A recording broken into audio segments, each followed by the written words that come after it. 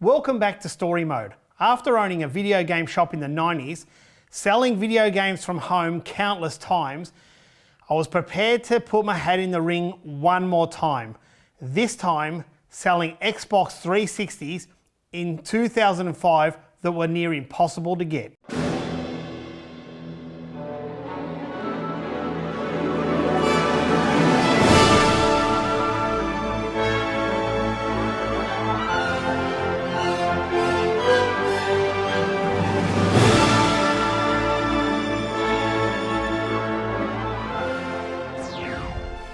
Welcome to 2005, where we kick off with a phenomenal movie, Sin City, a film shot entirely on green screen to give a comic book effect. Watching this. Mean it, baby. Cover your eyes right now.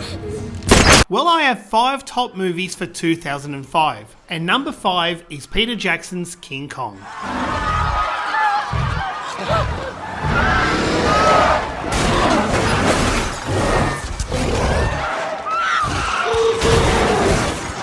Number 4, Tyrese Gibson and Mark Wahlberg team up in Four Brothers. I'll take your example. What are you doing? Hell out of here. You get your little ass home now. Number 3 is Christian Bale as Batman in Batman Begins.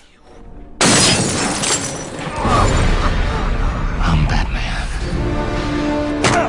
Number 2, which almost made number 1, is V for Vendetta. Voila! In view, a humble vaudevillian veteran, cast vicariously as both victim and villain by the vicissitudes of fate. But number 1 clearly must go to one of the greatest prequels of all time, Star Wars: Revenge of the Sith. It's the end of 2005 and Microsoft are about to release their second console, the Xbox 360. I'm here to start you on a journey into the future of entertainment. It's a future where I am always at the center of a world of experiences that include my games and my friends.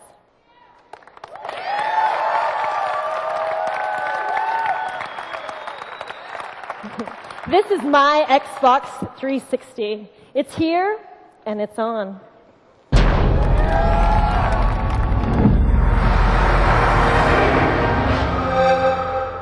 I wasn't a big fan of the original Xbox at the start, but the console grew on me, and rapidly. Some of my favourite games of all time are Halo 1 and 2, Ninja Gaiden, and Outrun 2.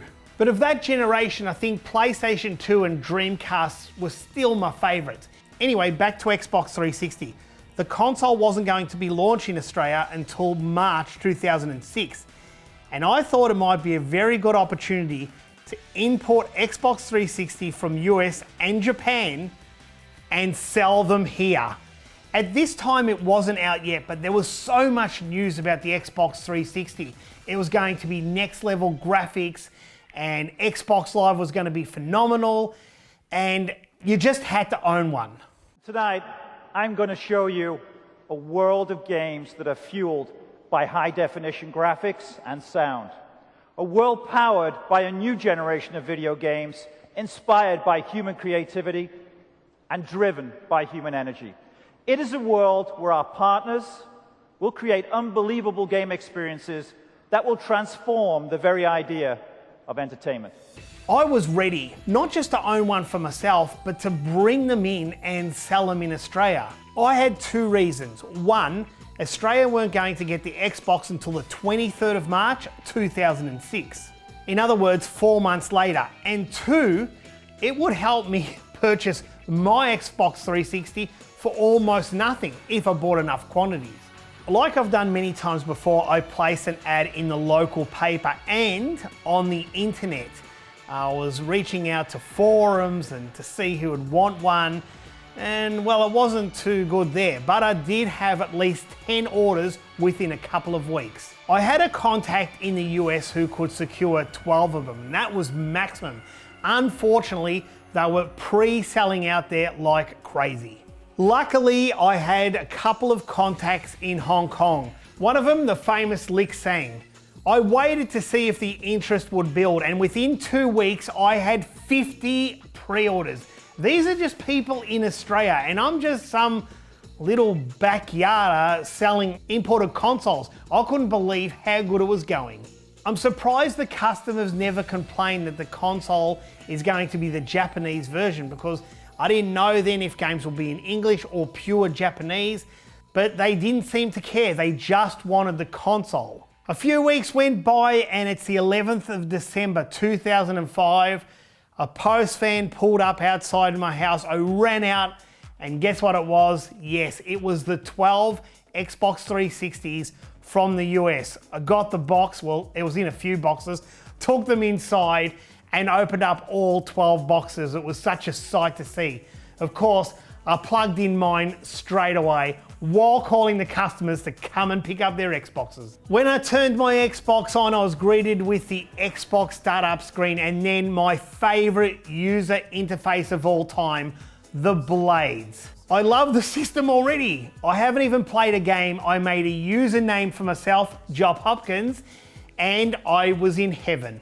I remember the first game I played was Need for Speed Most Wanted. The game looked incredible. Yes, it was a port of the original Xbox game, but it still looks smoother and graphically phenomenal. We're talking high definition here. From memory, I played Need for Speed Most Wanted for around 10 hours straight. Well, I had to move on to other games. All of my customers picked up their Xboxes within 2 days, and I needed more consoles and fast before I could take deposit money from other potential customers. A couple of weeks later, and we're just before Christmas, and 50 Xbox 360s came in from Hong Kong.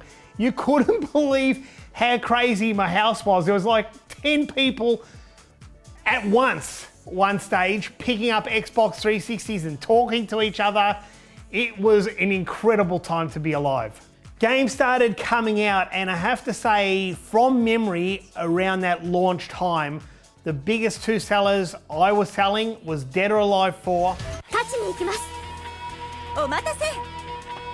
Get ready, fight!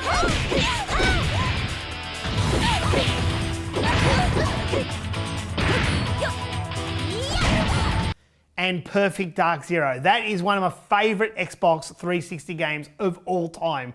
I think I put like 4,000 hours into that game all up.